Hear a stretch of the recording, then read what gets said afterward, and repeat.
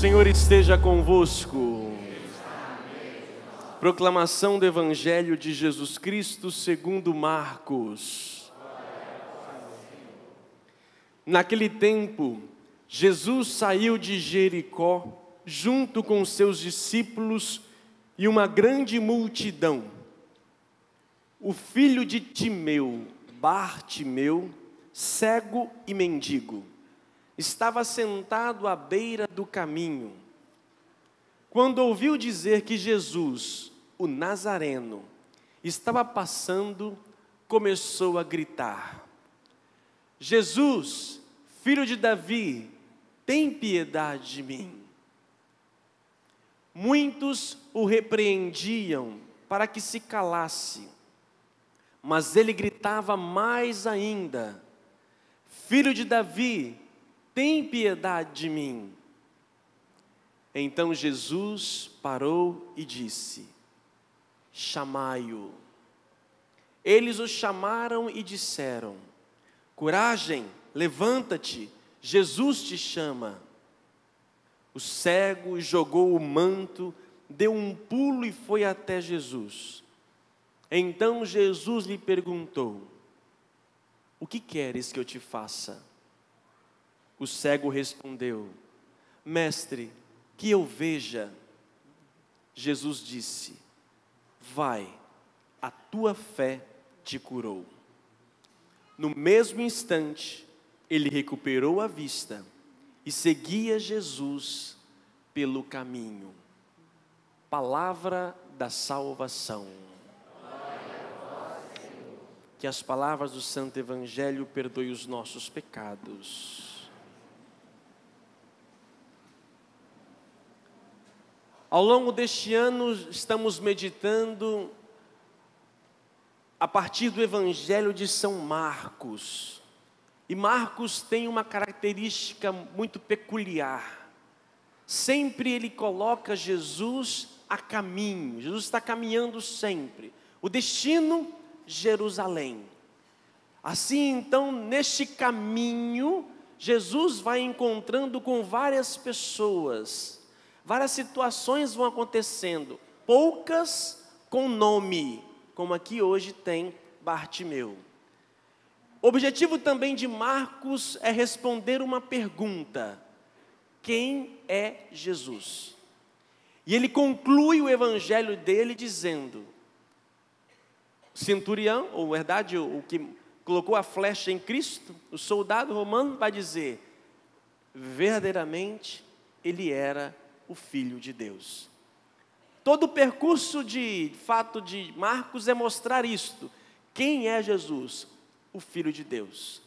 E neste caminho nós temos aqui a história, o encontro com um homem cego, Bartimeu.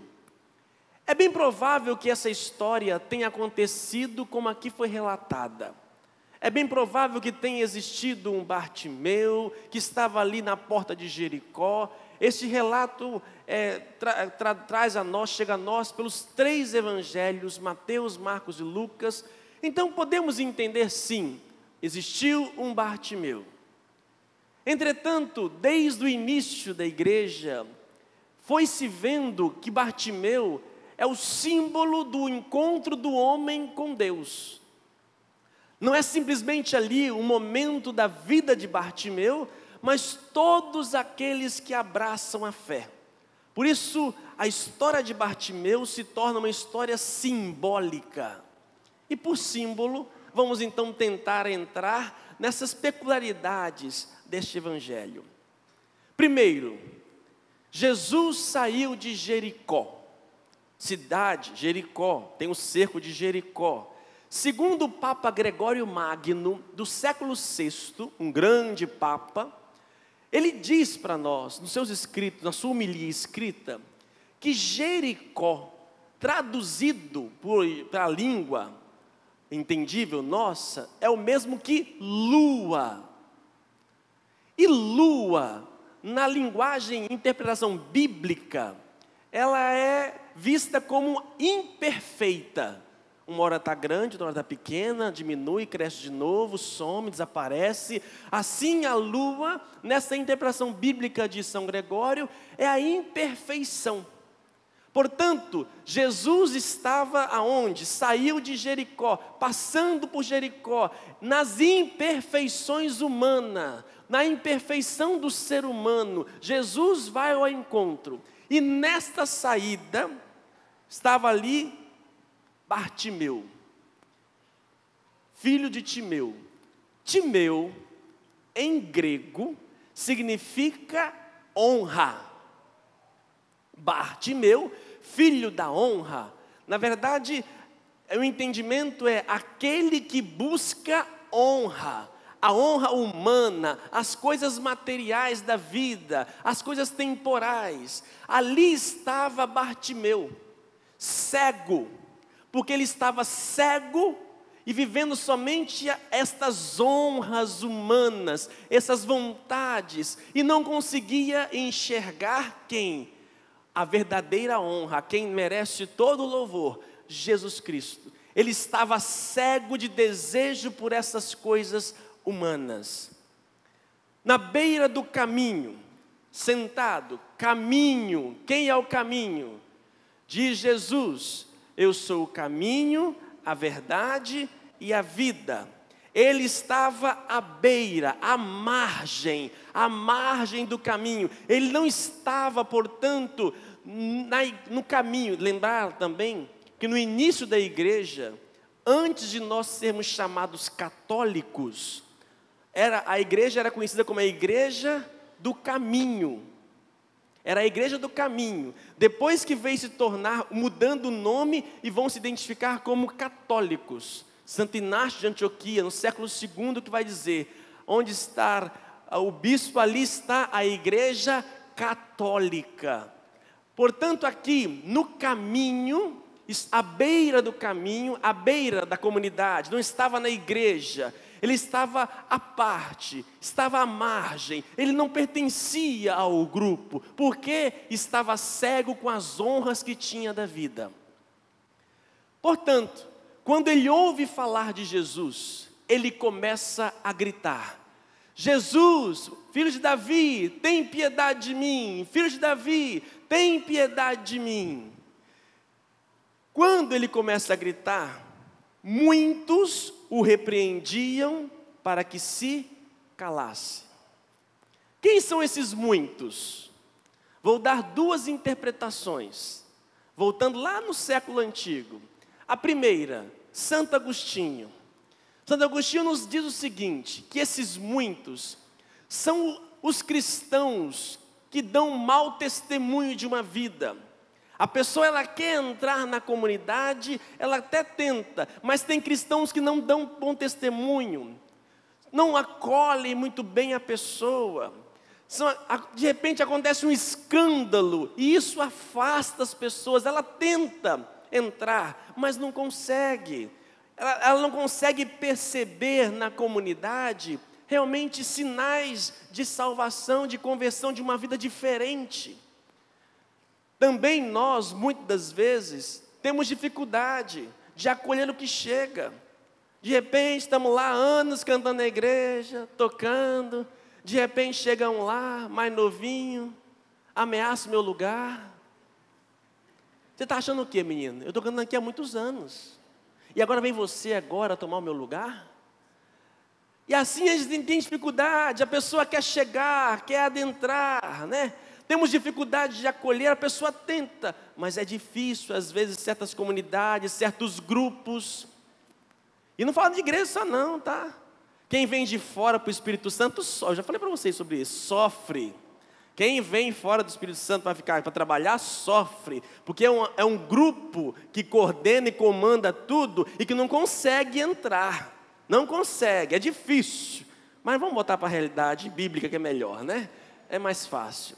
Assim então, meus irmãos, este homem tenta, tem dificuldade. O que ele faz?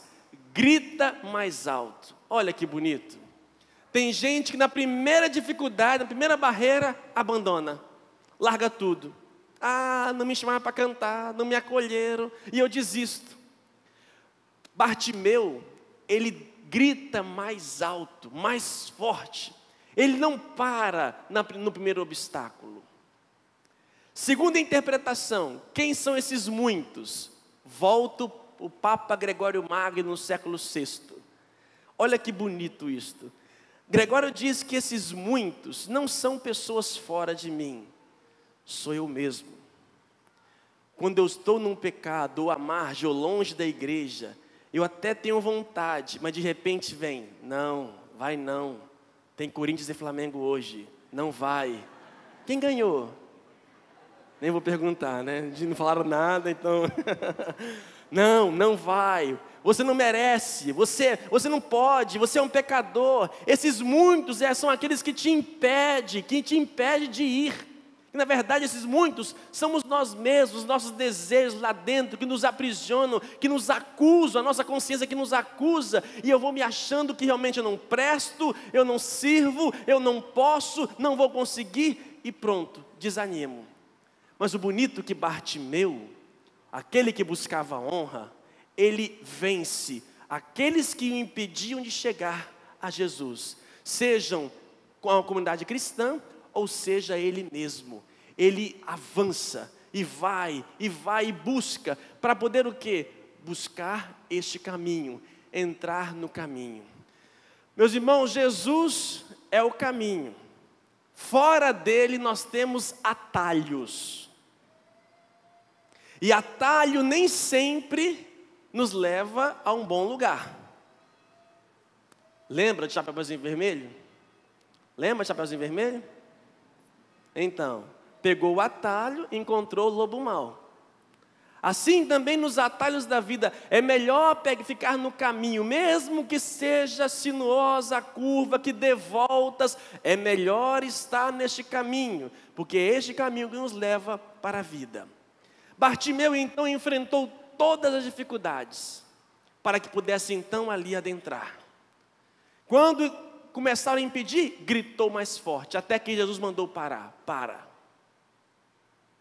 chamai-o. E aqui detalhe bonito, não foi Jesus que o chamou, ele mandou que aqueles que o impediam de vir, que eles agora trouxessem. Vocês impediram do menino vir? Agora vai você lá chamar. Vai lá você chamar e traga até aqui. A comunidade então traz. O que queres que eu te faça? Que eu veja. Que bonito, meus irmãos. O homem que estava cheio de honras, enfrentou dificuldades para poder ver. Aqui, na história, Bartimeu talvez era cego. Mas pegando o nosso lado simbólico, nós temos tantos tipos de cegueira, que já falamos muitas vezes sobre isto, né? Não é aquilo que nós dizemos, o pior cego é aquele que não quer ver. Tem gente que é cego por causa de uma paixão. Cego de paixão. Todo mundo fala que está errado, mas não adianta. Ele está cego, só vê aquilo. Tem gente que está cega por causa de uma ideia, de um projeto, de um pensamento, de uma filosofia, de um conhecimento, e fica cego e não consegue ver nada além daquilo, e vê que todos estão errados, e vivem à margem do caminho. Se não é a verdade de Cristo, é um atalho, meus irmãos. Eu posso ter o conhecimento humano, tudo que é possível, com certeza agrega, mas vinculado ao caminho. Quanta gente que por causa de uma filosofia, de uma teoria, de um livro, abandonam o caminho de Cristo. Quantas inverdades são ditas nas universidades, em tantos lugares, nos meios de comunicação, que estão à margem da verdade, do caminho, e se colocam como absolutas. Meus irmãos, só existe um caminho, uma verdade e uma vida. A vida que quem nos dá é o próprio Cristo. A verdade que Ele nos coloca em nosso coração, para que possamos ter um itinerário e um caminho. E assim nós temos vários tipos de cegueira, como dizia. E também, por mais que eu possa enxergar, eu posso ter também dificuldades na visão. Eu, há anos atrás, mais de 10 anos, usei óculos. Vocês não me viram de óculos. Mas, Deus da graça de fazer uma cirurgia, para poder colocar essa beleza da natureza, a mais vista, né? Mais próxima de vocês. Eu já posso falar, porque não fui eu que fiz, né? Então, eu não tenho mérito algum. Eu não tenho mérito algum no olho que tenho. É bonito.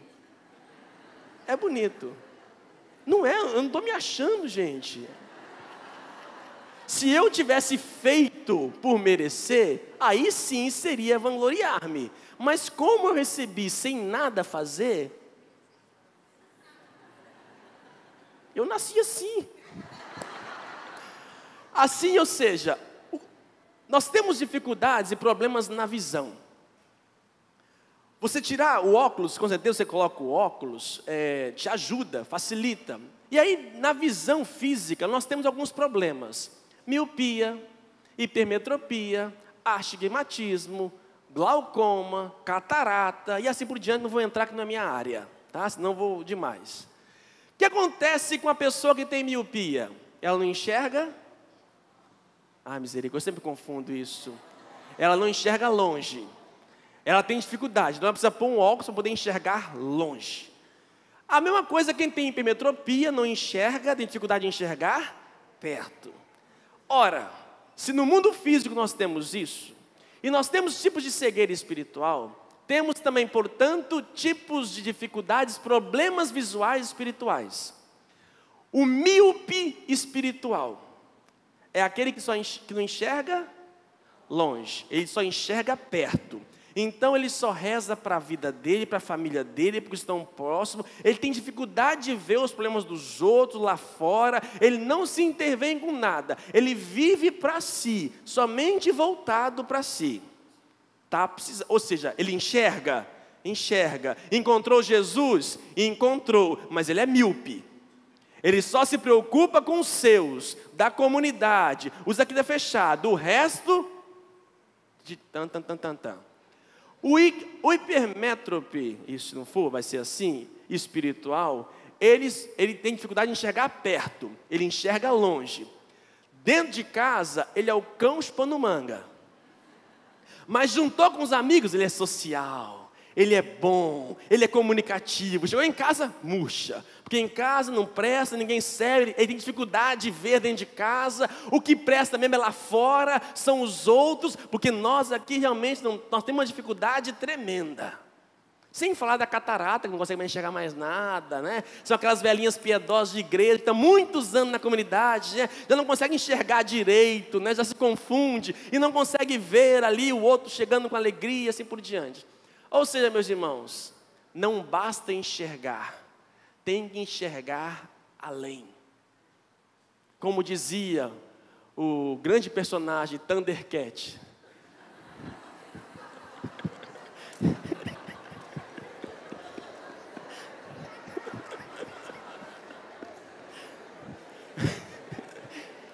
Quem não sabe? Não é isso que ele diz? Me dá uma visão além do alcance. Amados irmãos, Jesus nos faz isso.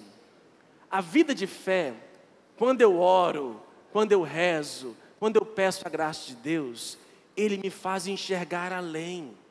E mesmo que eu já enxergue há tempos, mesmo que eu tenha abraçado a fé, a igreja há tempos, eu posso ter problemas de visão. Precisamos de uma cirurgia espiritual de vez em quando. Até porque até eu estou voltando no meu grau. Temos que precisar sempre, a todo momento, buscar esta graça. Pedir, Senhor, será que eu estou míope? Será que eu não estou conseguindo enxergar perto, longe? Mesmo que eu enxergue, é preciso de vez em quando se perguntar. E aquela pessoa que não ora, vai ficar cega, espiritualmente, porque ela vai se sentir a tal, e não precisa de nada. O que ora, consegue ver. Meus irmãos, quantas vezes nós temos situações que parece que não tem saída. Como é que a gente fala? Uma luz no fim do túnel. Túnel é o quê? Escuridão. O que se vê na escuridão? Nada. De repente aparece uma luz no fim do túnel. Quando eu oro, quando eu aproximo de Deus, Ele me faz enxergar além, me ver soluções. Quantas pessoas nos procuram e de repente numa conversa, uma palavra, a pessoa, claro, por que eu não pensei nisso? Isso é dom de Deus, sabedoria, saber enxergar a vida, saber ver o que é de fato importante na nossa existência. Por isso, cuidado com as honras do mundo, cuidado. Bartimeu, quando encontrou e viu, ele largou o manto, jogou para fora e foi correndo. Passou por todo mundo. Dificuldades você vai encontrar na vida que te vai impedir de ver. Talvez as dificuldades em interior, ali, dizendo que você não presta e assim por diante. Mas vença, insista, e ali, quando chegar perto de Cristo, você vai enxergar. Oh, gente, como eu enxergo melhor do que há 15, 20 anos atrás. Não porque fiz cirurgia, mas porque Deus me faz ver coisas que antes eu não via. Veja o que é importante na vida, veja o que é realmente a alegria de viver, o que importa na nossa existência. E quem nos faz isso? Cristo. Mas tem muita gente cega, tem muita gente com problema de visão, e devemos pedir a graça de Deus, e se perguntar, será que eu não estou sendo um cego? Será que eu não preciso desta graça? Por isso peçamos a misericórdia divina, que abre os nossos olhos, olhos espirituais, para que possamos ver como Cristo, ver o outro como Cristo vê o outro. Louvado seja o nosso Senhor Jesus Cristo.